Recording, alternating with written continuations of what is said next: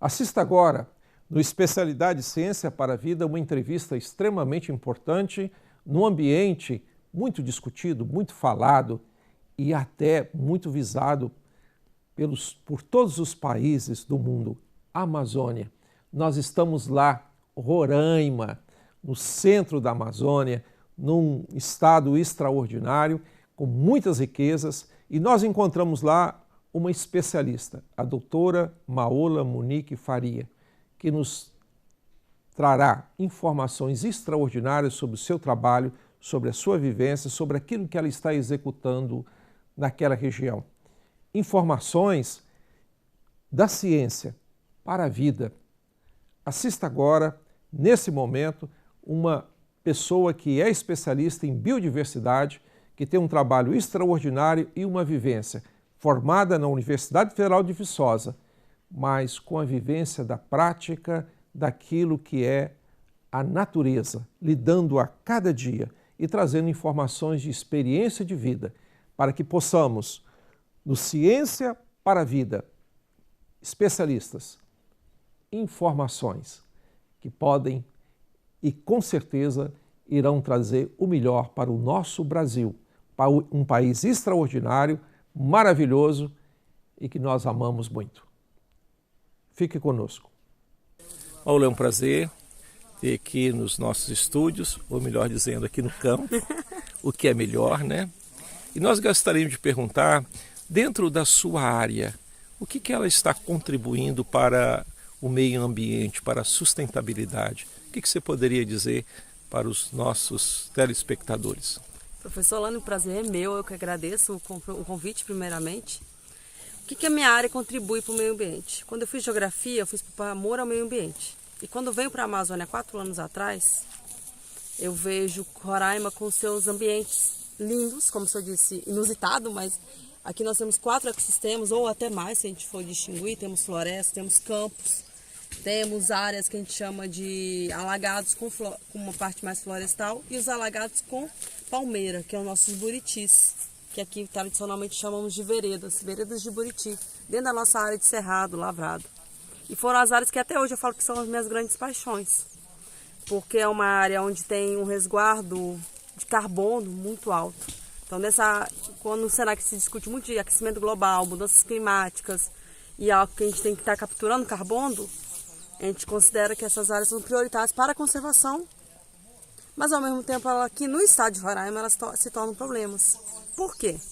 As propriedades que têm elas dentro do seu ambiente, pequenas propriedades, têm que preservar por lei, e quando elas preservam, sem saber o porquê e sem ganhar nada, elas acabam fazendo aqui o que é muito tradicional na época da entre-safra, a queima. Então colocam fogo, usam fogo e acabam deixando queimar essa área, porque sabem que queimando vai morrer o buriti. Queimas sucessivas vão acabar diminuindo o número de indivíduos da palmeira buriti, e isso ocasiona, com o tempo, até secar o ambiente. E eles vão passar a usar o solo dessa área para a agricultura. Então, a ciência para a vida, eu falo que a minha área de formação, sistema de informação geográfica, hoje ela tem muito a contribuir nisso, na qual a gente pode estar mapeando essas áreas, quantificando a área coberta e buscando formas que o produtor rural ganhe, que a gente chama de os créditos de carbono ou incentivos verde, né? A bolsa verde, para estar com aquele ambiente dentro da propriedade dele e sem usar o fogo naquele ambiente. Ele preservar, ele vê que tem o fogo chegando, ou ele vai usar o fogo na propriedade e está sempre fazendo um acero.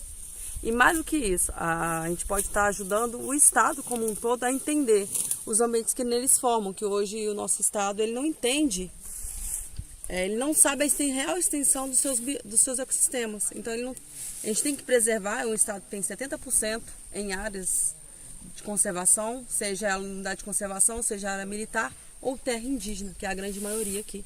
Chega a 70%? 70%. E o que você sugere que o Estado poderia fazer com essas áreas de veredas ou de buriti?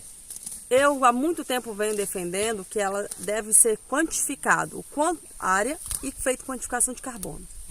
Para que isso? Lá fora se vende crédito de carbono, comercializa. O próprio governo federal já vendeu a Amazônia como crédito de carbono. Só que há possibilidade dentro dos financiamentos estatais de ONG para Estado da Amazônia, que a gente chama Força Tarefa dos Governadores, de financiamento para essas áreas serem mantidas.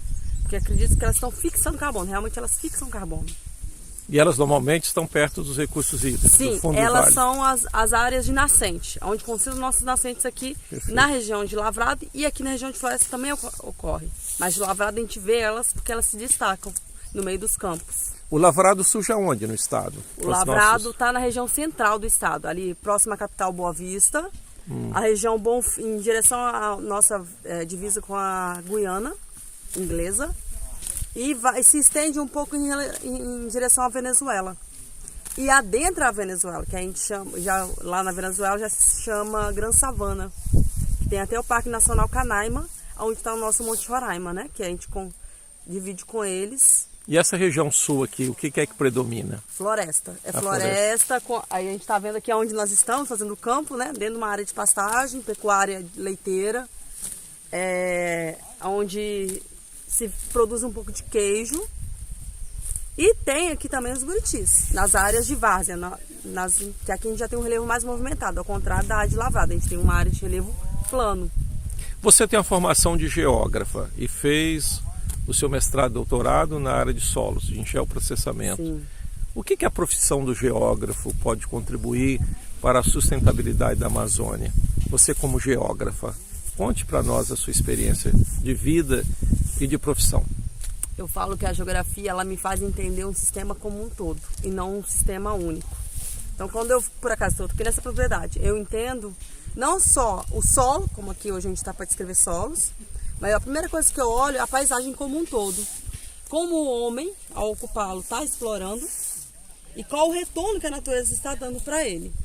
Está sendo um retorno positivo, então a propriedade está sendo bem manejada, não tem área com solos erosivos. Então, eu, como geógrafa, no conceito de sustentabilidade, eu posso, na minha visão, eu posso ajudar a entender, para o produtor rural entender que se ele preservar a mata, ele cultivar de formas corretas, ele vai ter água de qualidade na propriedade dele, ele vai ter uma produção melhor, porque o solo vai dar uma capacidade de suporte melhor, e isso faz com que o local dele, se o vizinho vê que ele está bem, produzindo da forma que ele está produzindo de forma sustentável, começa também a produzir e assim a gente vai fazendo do local para o regional e depois para o global. Essa é a minha visão. No geoprocessamento vocês trabalham, né, para os leigos com imagens satélite, com aerofotos, não é isso? Isso. E o que isso poderia contribuir, essa tecnologia, para, por exemplo, para a agricultura familiar?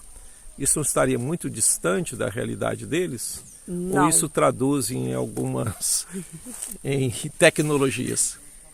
Traduz em tecnologias. A primeira delas, uma exigência hoje do governo federal, Cadastro Ambiental Rural. Hoje na Amazônia, a região sul-sudeste já está finalizando seu cadastro ambiental rural, grande parte dos estados. E na Amazônia não.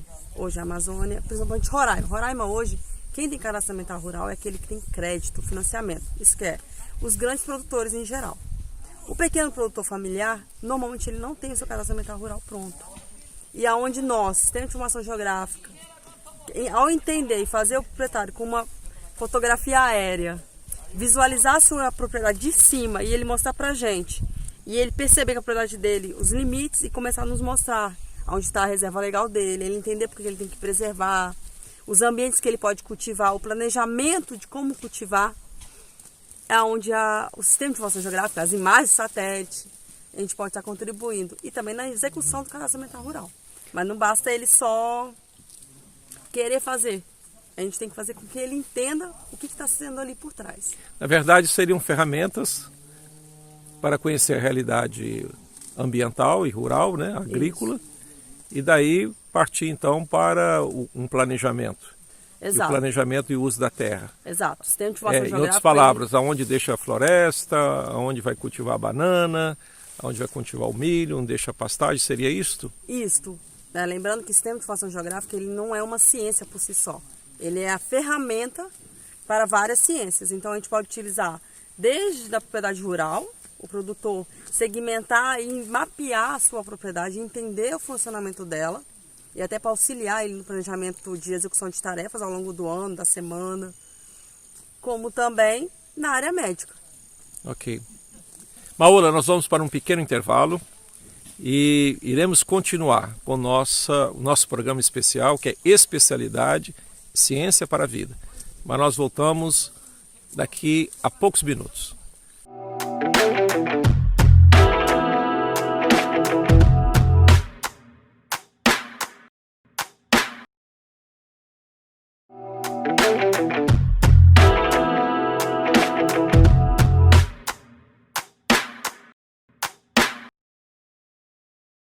Nós voltamos para mais um programa Especialidade Ciência para a Vida. E continuamos aqui num ambiente extraordinário, em plena selva amazônica. Nós estamos aqui no estado de Roraima, perto de Rondonópolis, no sul do estado, entre Boa Vista e Manaus. E nós estamos tendo o prazer de entrevistar a doutora Maola, geógrafa, formada na Universidade Federal de Viçosa, com mestrado e doutorado no Departamento de Solos. Doutora, o que você pode orientar aos nossos telespectadores a respeito do futuro da sua área, geoprocessamento? E como que essas ferramentas elas podem traduzir em benefícios para a agricultura familiar e mesmo para o grande agricultor? Você poderia ter alguns comentários a respeito disso para todos nós? Claro, eu acho que hoje já é utilizável os drones, as aeronaves não tripuladas, que trazem um grande ganho. Por quê? Nós conseguimos fotografias aéreas de grande resolução com baixo custo. Claro, o drone ainda é caro hoje, porém já é muito mais barato do que há 5 anos atrás. Isso está possibilitando para a gente a fazer voos cada vez mais frequentes nas pequenas propriedades rurais, até nas mesmas grandes, para mapeá-las. A partir do momento que a gente tem uma fotografia aérea de qualidade de uma propriedade, a gente consegue planejá-la. E isso fornecer ao agricultor, ao produtor rural, base de dados, mapeamentos, ou até mesmo forma para ele mesmo elaborar seus estudos com qualidade. Lembrando que hoje nós produtores rurais, eu vim da agricultura familiar. Então o meu pai e a minha mãe não são formados. E muitos dos que estão aqui hoje no campo, também eles não têm formação, mas os filhos têm. Eles saíram da zona rural e foram estudar e voltam. Seja para morar com os pais da propriedade ou para visitá-los, e já voltam com uma carga de conhecimento que pode ajudá-los.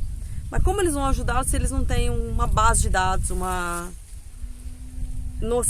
coisas que foi uma fotografia aérea, um mapeamento de solos com uma escala boa. Hoje, por exemplo, no estado de Roraima, a melhor escala que a gente encontra de mapeamento é 1 para 500 mil, 1 para 1 milhão.